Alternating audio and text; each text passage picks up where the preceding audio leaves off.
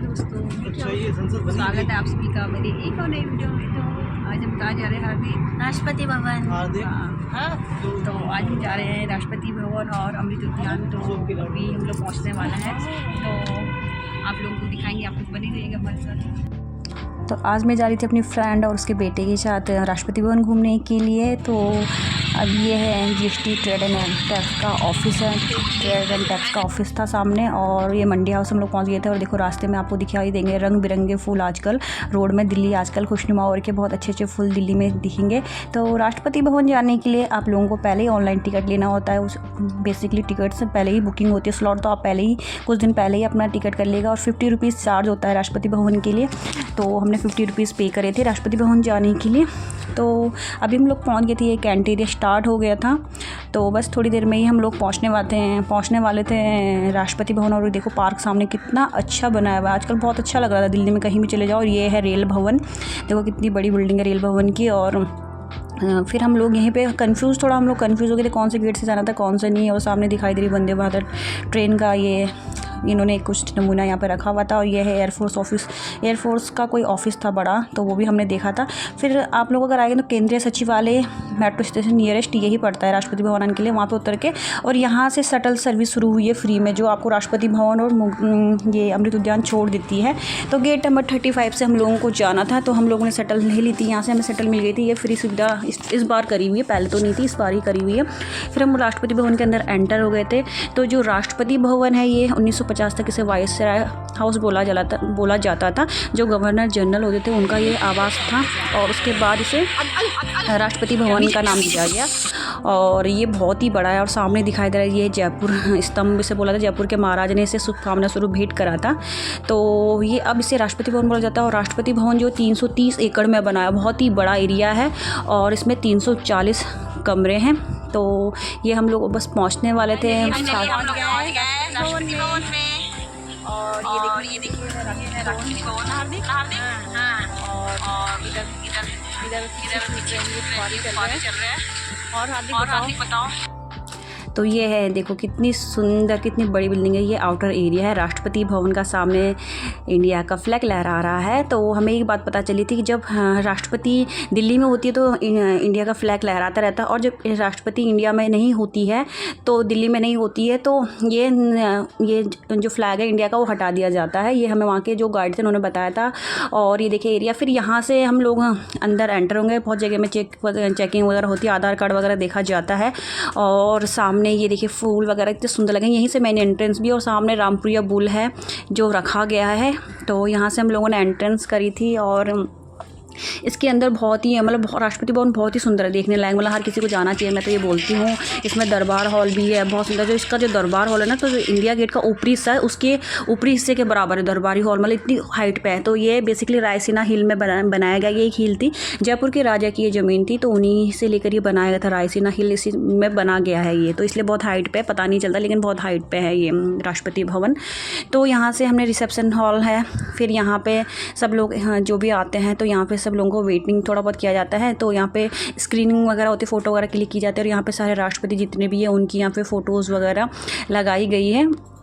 तो यहाँ पे हमारी फ़ोटोज़ वगैरह क्लिक हुई थी। और यहाँ पे सारे बैग और कैमरे सब यहीं पे जमा हो जाते हैं। और यहाँ से हमें गाइड प्रोवाइड करते हैं अंदर जाने के लिए। और कैमरा यहाँ अलाउड नहीं होता, बस इतने के बाद हमने कैमरा लेके नहीं गए थे। और अंदर बहुत सारे अशोक हॉल है, उसकी नक्काशी बहुत सुंदर, पेंटिंग्स वगैरह बहुत सुंदर हुई है। डाइनिंग हॉल जो है वो भी हमने देखा।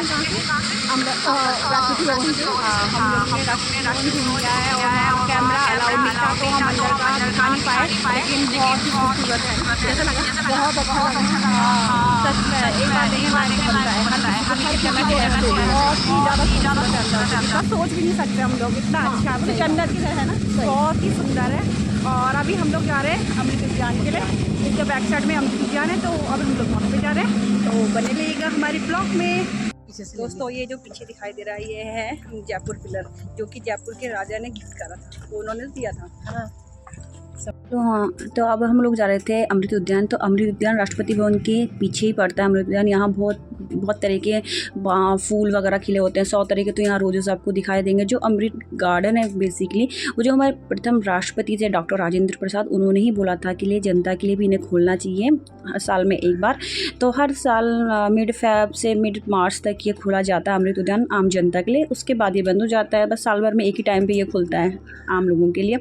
और हम लोगों ने यहाँ एंट्रेंस कर ली थी। यहाँ फ्री टिकट है, यहाँ कोई चार्जेस नहीं लगते। और सामने जो दिखाई दे रहा है पेड़, ये देखिए शीशम का पेड़ है, 225 साल पुराना शीशम का पेड़ हमें देखने को मिला था, जो कि बहुत सुंदर लग रहा था।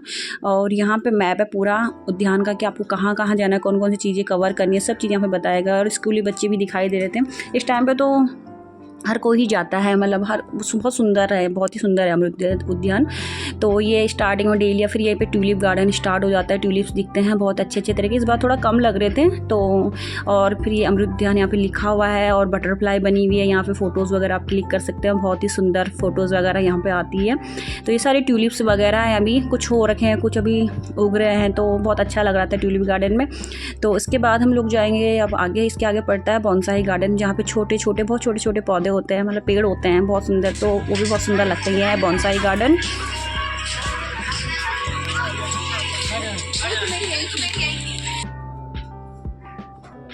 ये देखिए कितने छोटे छोटे पेड़ है, ये देखो कितने छोटे छोटे पेड़ बोनसाई कर दिया गया है। इसके बाद हम लोग जाएंगे म्यूज़िकल फाउंटेन आता है आगे, तो वहाँ इसके आगे म्यूज़िकल फाउंटेन हम लोग देखेंगे, जो कि बहुत सुंदर नज़ारा है वहाँ का भी, बहुत सुंदर लगता है म्यूज़िकल फाउंटेन देखने में भी।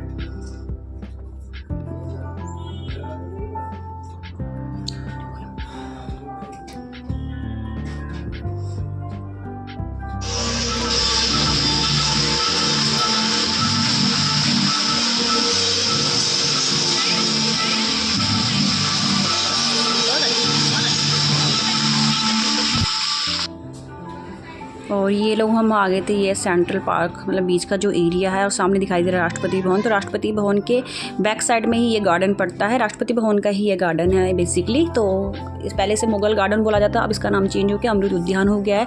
और यहाँ आपको तरह तरह के बहुत किस्म के यहाँ पे अलग अलग तरह के फूल दिखाई देते हैं, बहुत ही अलग अलग, बहुत ही अच्छा लगता है। और सामने जो पेड़ है ये रुद्राक्ष का पेड़ है, मैंने फर्स्ट टाइम देखा था रुद्राक्ष का पेड़, तो बहुत सुंदर लग रहा था देख कर। और बहुत अलग अलग तरह के फूल फुहारे हर जगह दिखाई देंगे आपको, नज़ारा बहुत ही खूबसूरत। और ये देखिए कितना सुंदर कालीन बनाया, फ्लावर का कालीन ये बनाया हुआ है, कोई इमेजिन कर सकता है कितना सुंदर लग रहा था। कैक्टस को भी देखो बहुत अच्छी तरीके से यहाँ पे डिज़ाइन करा हुआ, तो बहुत अच्छा लगता है। इसके बाद आगे जाकर दिखाई देगा हैंगिंग गार्डन। तो हैंगिंग गार्डन में सारे रोज़ दिखाई देते हैं, यहाँ 100 तरह के अलग अलग किस्म के रोज़ यहाँ पे उगाए हुए हैं, बहुत सुंदर लगता है। अलग अलग तरह के रोज़ 100